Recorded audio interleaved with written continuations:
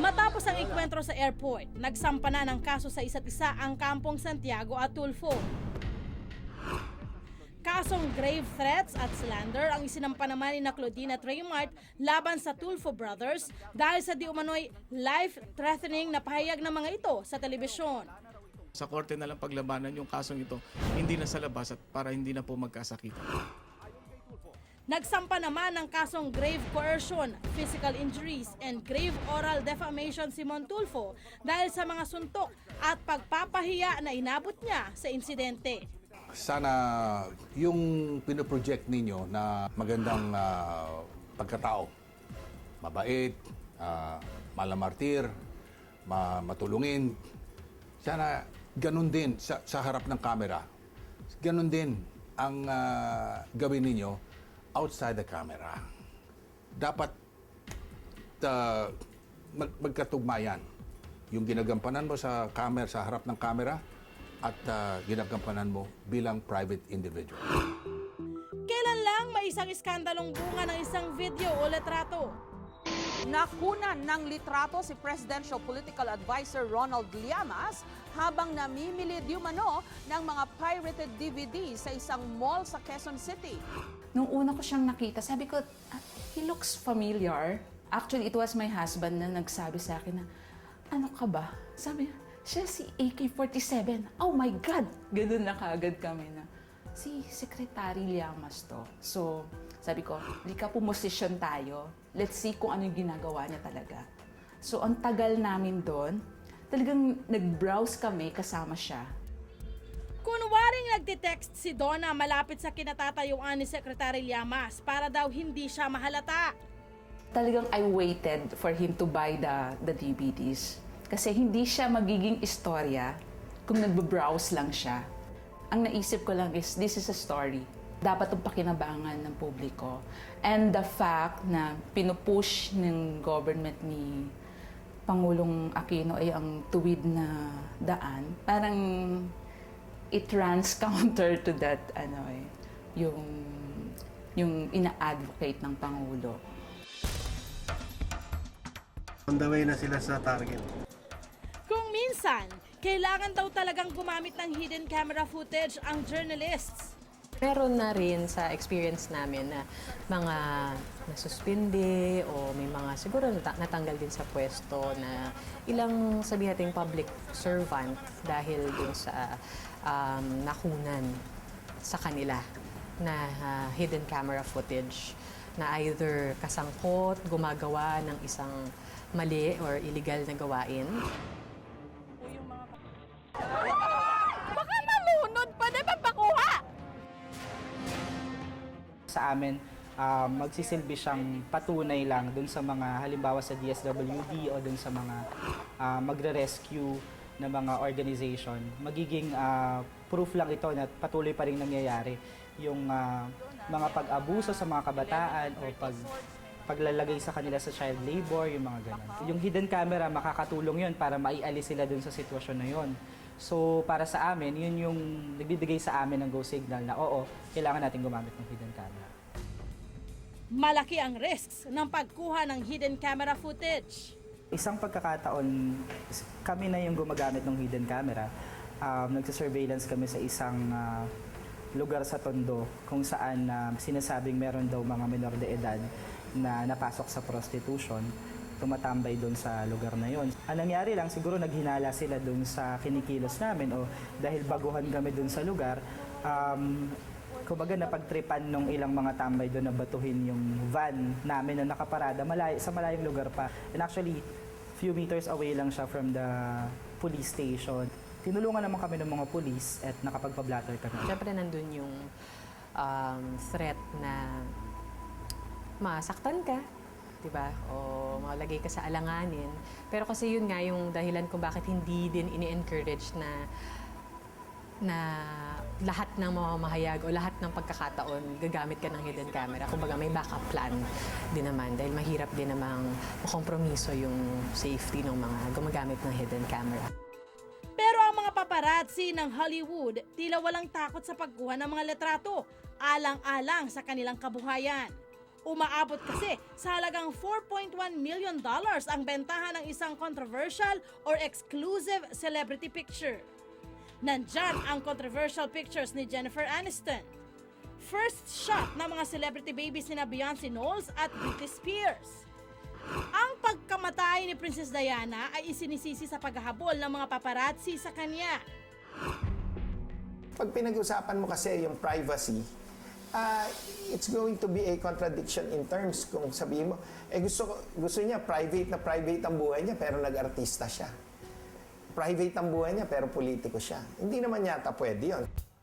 Ayon kay Raymond, kung trabaho ng artista ang sumikat, ang trabaho naman niya ay ilabas ang kwento ng buhay nila. Ang risk ng isang paparazzi, pardon me, no? Pero minsan kasi, ang mga artista, kapag kinunan mo na maganda, matutuwa siya sa news, pero hindi siya magpapasalamat sa photographer. Dahil hindi naman niya kilala eh. Ang artista, kapag nakunan mo ng pangit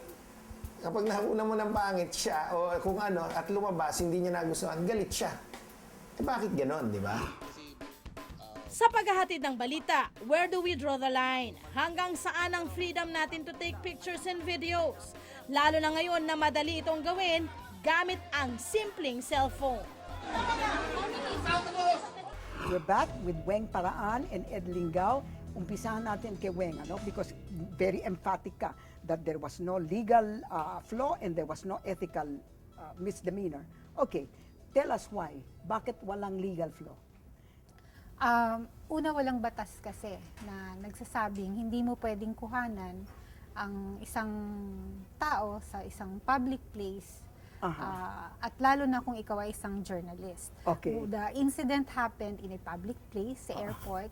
Ang involved ay mga personalities. Okay. At ang kumukuha ay si Mon Tulfo, isang journalist. Okay, And there what- was a commotion going on. So, Okay, second, yung ethical. Meron bang pagkakamali because Ed might have something to say to that. Sa iyong pananaw. may mga nagsasabing gano'n, baka naman yung approach ni Mon mali, hindi siya nagpakilala.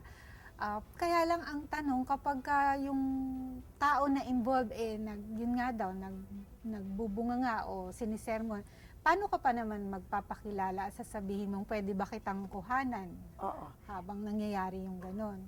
So, pero sandali lang. Is there a reason? I mean, does a media or a journalist have to ask for permission to take a picture of somebody in a public place? No. Also, so there is no ethical consideration. That's why we're saying that. Okay, and you naman said also na walang paglalabag ng batas ang ginawa ni Mon Tulfo in terms of taking a picture. Ano sinasabi mo, but he could have done it in a better manner? Ano yun? Maaari. Depending on which version of the account you listen to or which version you heard. Kasi at least one version said na nagtanong si Raymart kung sino siya at bakit nagsushoot siya ng video at hindi raw sumagot si Mon Tulfo at ngumiti lamang o ngumisi lamang. Kung ikaw yon, ano ang gagawin mo sana? Well, ideally, as a journalist, you say who you are and you say where you're shooting. At least identify yourself as a journalist. That is part of my job as a journalist. So, let's talk about it na. Walang batas with respect to invasion of privacy. Maraming batas na protecting right to information, freedom of speech, etc. Pero walang batas with respect to the right to privacy. Ano ba yung invasion of privacy? Exactly. Sinasabi, they invaded my privacy. Ano yon? Baka mas maganda i-define siya by illustration. Halimbawa, kung yung isang tao nasa loob ng kanyang bahay, tapos pinasok ka para kuhanan ka ng picture, or kahit hindi pumasok sa loob ng property mo, pero sa bintana or sa backyard, kinuhanan ka pa rin ng video or ng photo. Invasion of privacy yun. Ayun ang talagang real, in the real sense, yung invading your private space. Okay, ako kung nag-uusap kayong dalawa nag-uusap at may isang sisingit o may isang kukuha ng usapan ninyo using for example, yung high gain camera with a hidden camera. That is a different thing altogether. That's invasion of privacy because that is private communication. Ayan, makikita nyo mga kapuso kung gaano talagang kahidden yung mga camera niyan. Hindi nyo alam na camera pala. Ito po, for example, this looks like a lighter na disposable, pero It looks like a lighter to me too. ito yung lente niya. So, ibaba mo lang ng ganyan, recording ka na. kasama yan audio tsaka video. Ito po, this is very common. Ito ay ballpen na may camera sa loob. Ang length niya nandito. So pag nilagay mo siya dito, Miski hindi mo ginakuan, andyan na. And tingnan mo na, how powerful is that? kuha po audio tsaka video. Saan mo nabibili yan? Habang nagmumura ang technology, kumakalat sa kung saan-saan. Sa CDR King, makakabili ka na ganito. CDR King yun. Anybody can do that. Sa CDR, Anybody can do that. Sa CDR So, King po, you can the also buy... average Filipino can do that. Magkano ba yan? I think now, mga 900. Alright, ano pa?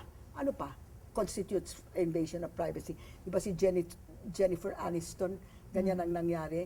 Doon siya sa kanyang backyard, nakapanty lang siya. Biglang may picture somebody. Alright, she won that case. What other acts constitute invasion of privacy? Kapag halimbawa, there's a photo of you and then it's published and nilagay siya sa isang maling konteksto. The caption is all wrong and meant to belittle or to demean you as a person. Ayan ang tinatawag na false light. Ayan ang false light. Meron bang nangyaring ganyan dito sa Pilipinas? May mga nangyayari mga journalist na they earn the ire of some people because of tingin nila it's misrepresenting them, no? So isang magandang kaso dito So ang recourse nila to sue for libel.